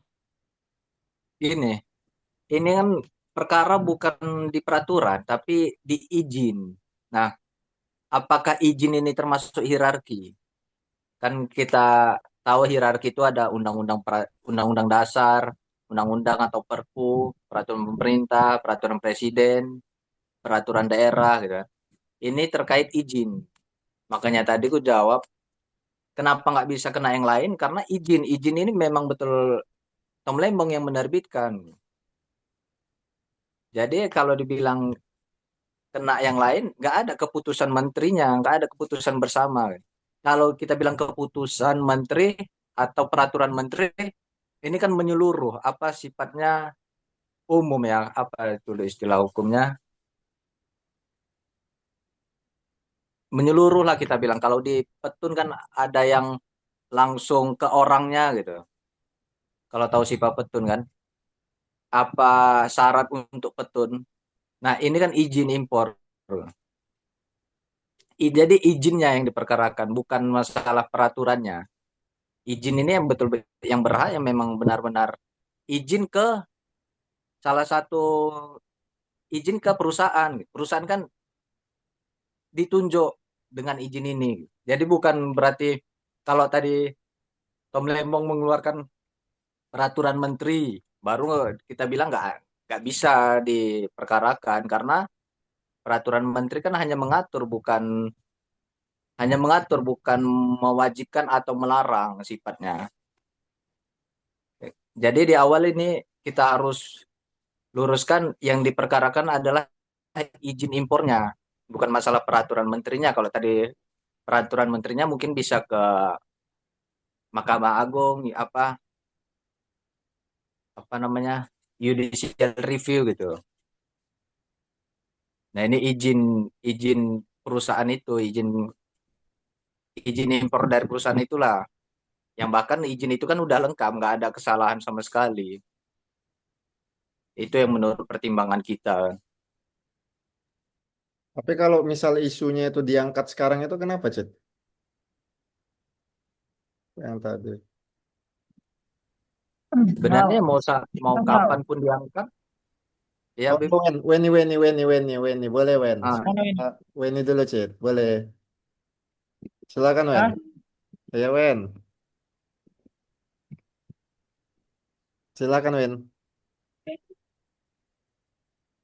Halo, Wen. Suaranya mana? Udah, ini. Oh, Habibullah. Ayo, Bib. Sorry. Kirain Weni. Yo, Bib. Izin Permendagri itu sangat penting. Permendagri itu. Jadi dalam upaya tindak pidana korupsi,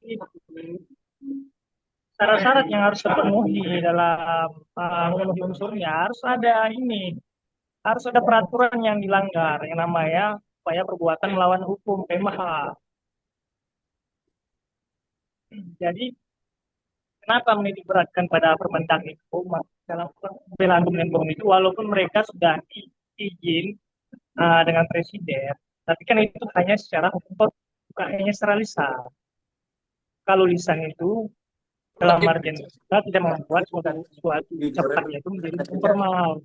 Kalau kita berbicara hierarki itu, peraturan PP itu lebih tinggi loh daripada Kepres. Apalagi ini udah ada peraturannya kan tahun 2015 ya. Sekarang udah terbaharui tahun 2020-an lah nggak salah itu.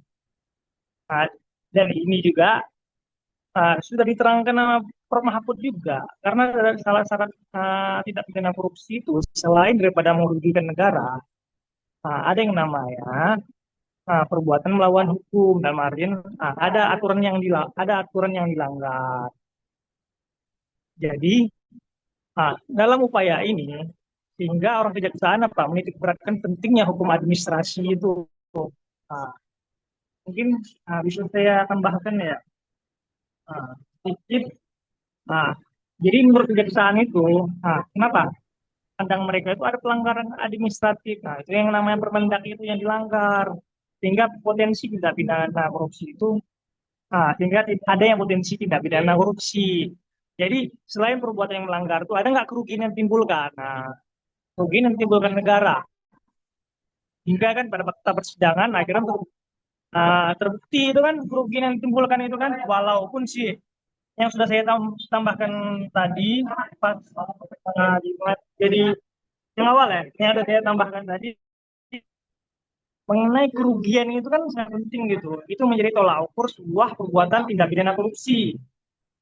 Dalam hal ini kan ada itu pertimbangan satu disebutkan juga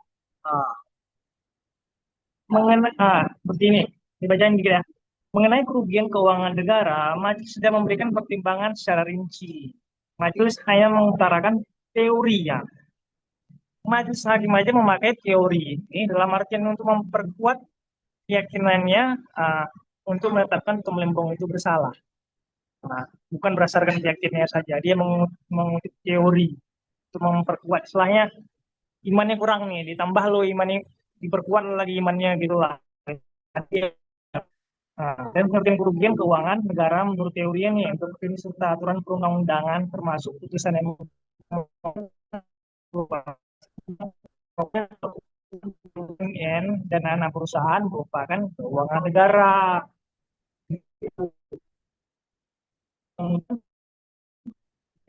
PT PPI merupakan salah satu anggota dari BUMN Holding Pangan yang dikenal dengan nama ID Food, sehingga jika ada kerugian maka masuk dalam kategori kerugian negara.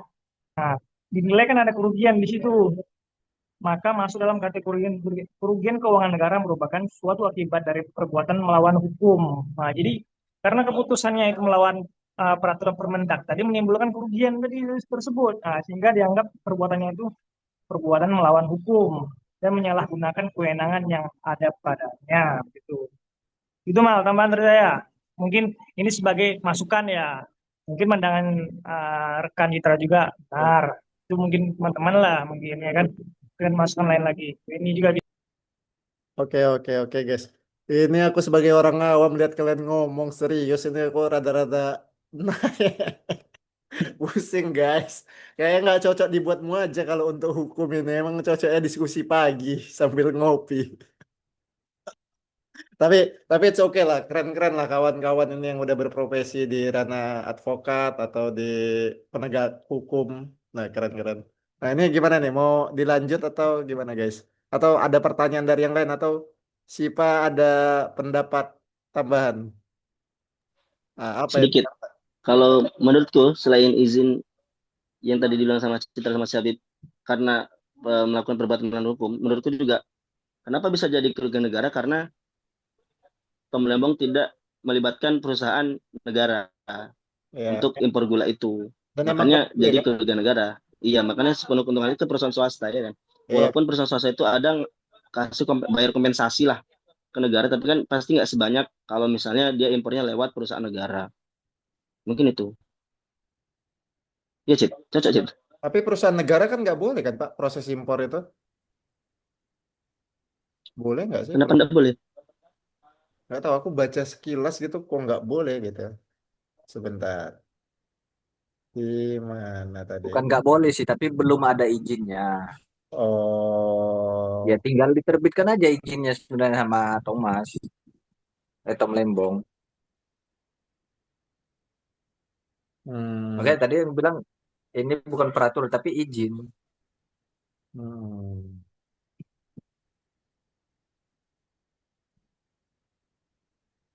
Oke.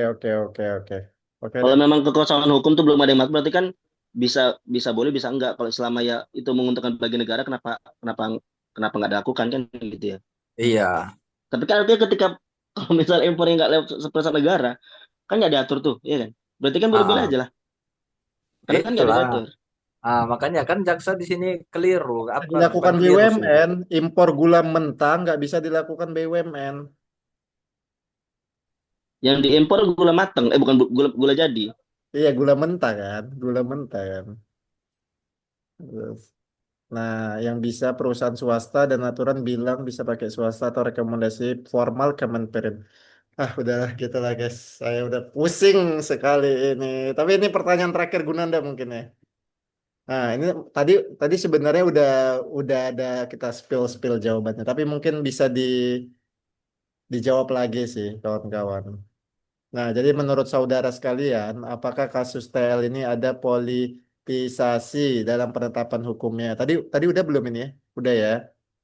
Nah, dan apakah TL terindikasi sebagai korban balas dendam permainan politik di era kepresidenan JKW karena tidak patuh secara dia pernah menjabat sebagai menteri dan terlempar setelah reshuffle. Gimana menurut bung-bung sekalian ini? Gimana, Cip? Atau Sipa mau jawab, Sip? Oh, dari tadi nanya aja, Sip. Jawab dulu, Sip. Kalau menurutku ada. Kalau menurutku ada ya.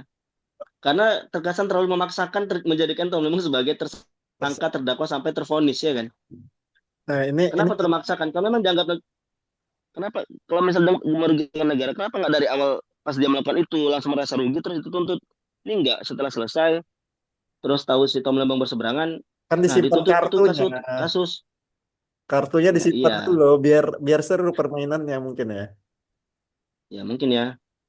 Eh, Nantilah aku jadi ini baru aku lurusin ya. Asik. apa kamu jadi ketua PRH? Ngalai padang aku. Gimana Cit pandangan Citra atau Habibullah? Gimana?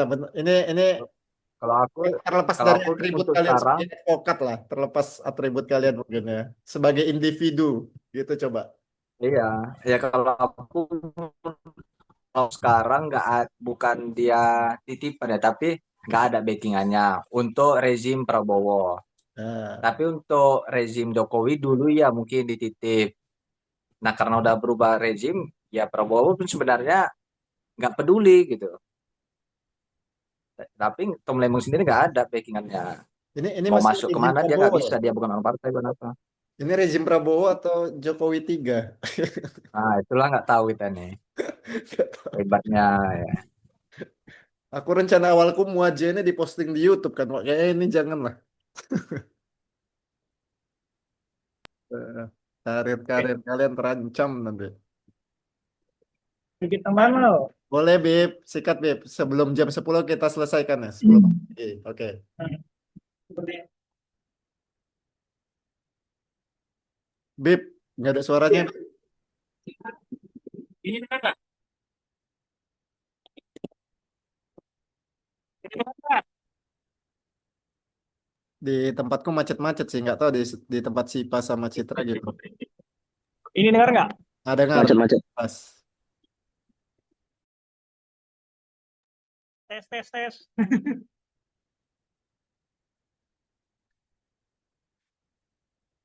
Dengar nggak? Dengar, Bib. Lanjut, Hah? lanjut. Dengar, lanjut. Ya wes lah. Ayo, Bib. Jelas dikit lah kau ngomong, Bib. Kayak mana sih Bib ini? Dimatiin. Bib, suaramu jelas. Jadi nggak apa-apa ngomong aja sampai berhenti. Oh, Suara jelas ya. jelas. Suaramu Ya jelas, jelas. kau ngomong aja lah, Bib. Bisa. Ngomong aja. Nah, jadi ini itu kan sebenarnya kalau kita lihat itu apalagi di TikTok itu banyak banget yang bahas Tom Lembong. Yang paling benar-benar yang berpandangan saya sih yang paling benar jelas ya itu nggak uh, memihak ya. Salah satu kan pandangan Prof itu Mahfud itu bagus itu.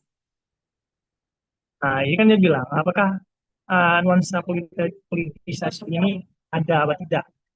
Karena proses penetapan tersangka Tom ini membingungkan. Artinya kenapa? Nah, proses impor gula itu bukan hanya dilakukan oleh Tom Lembong, kan gitu. Kalau kita berkaca ya, secara real ya, logika, kenapa nggak kita tarik dari yang terdekat?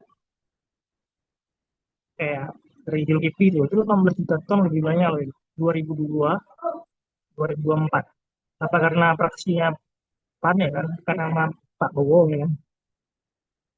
Cuma Menteri, nah, PKB, Enggar ini yang paling ditarik di kasusnya Mas Hotman juga. Dia juga kan pernah ditetapkan tidak tersangka, memang kan lepas dia kan, karena dekingannya buat, kita nggak tahu. Nah, kalau setelah deking atau emang kalau dalam apa ya, dalam pemerintahan ya, namanya politisasi itu kan harus.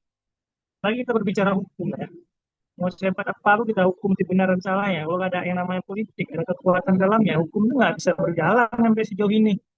Harus ada orang yang menggerakkan, apalagi kasus besar ya, kayak kasus Lempong kan kasus seksi kan. Banyak orang yang oposisi yang nggak suka sama dia. Apalagi yang kan pertanyaan nama Bung Gunanda ya reshuffle ya kan.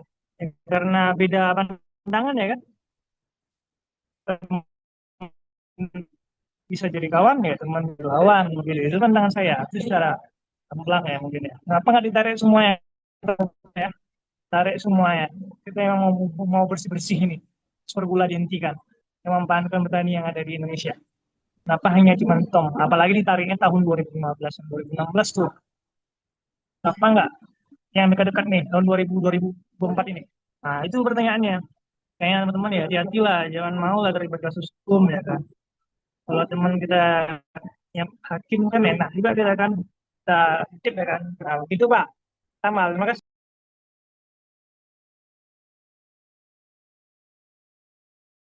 Oke, Bung Habib. Terima kasih atas muajanya. Nah, mungkin ini karena udah mau jam 10 kita closing statement kawan-kawan. Dari tadi dari Habib Citra dulu deh, Citra. Boleh, Cit? Closing statement, Cit.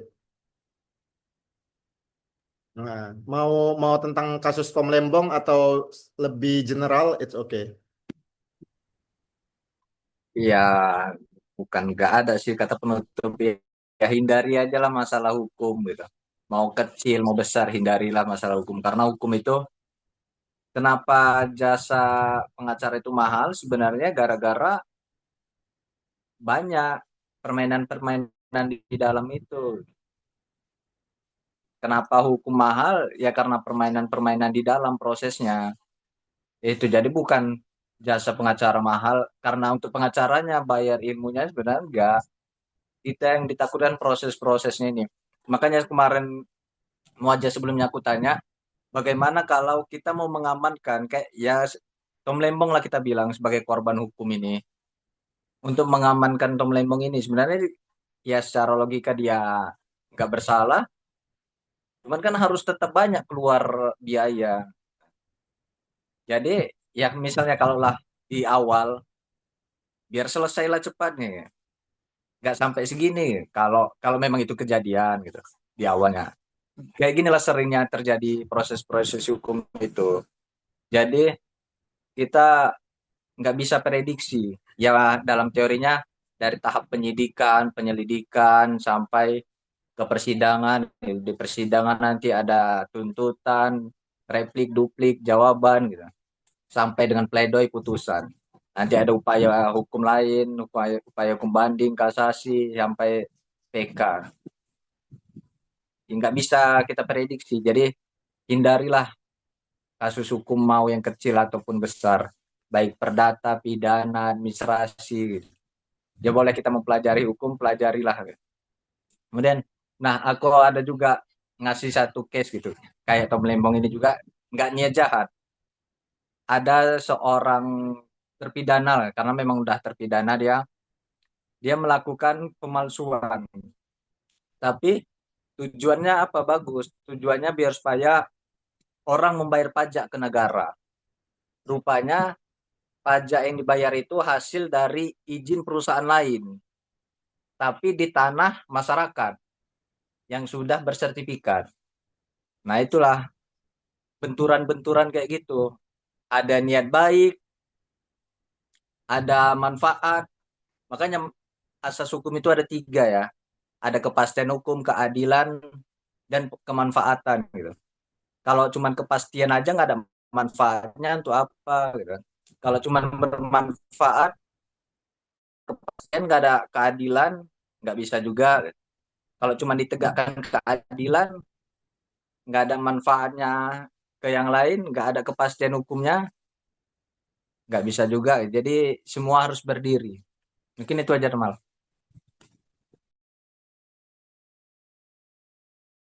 Lanjutlah. Oke, dari Habib. Dari Habib, gimana Habib? Jadi teman-teman, doa dan harapan semoga kita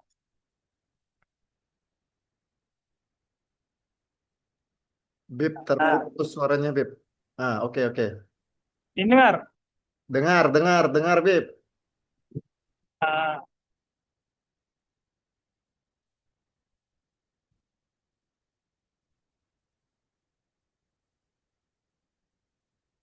Chat dengar ya, nggak? Nah, seperti ini mudah-mudahan terus bisa kita lanjutkan dan berkelanjutan. Itu kader. oke, siap. Dari kasus Lembong kita bisa berkaca. Mudah-mudahan ini bisa menjadi ya pelajaran menurut kita semua bagaimana Taylor sendiri orang yang penting dan memiliki kekuasaan bisa jatuh ya divonis. Oke Bib. Mantap. Sudah Bib?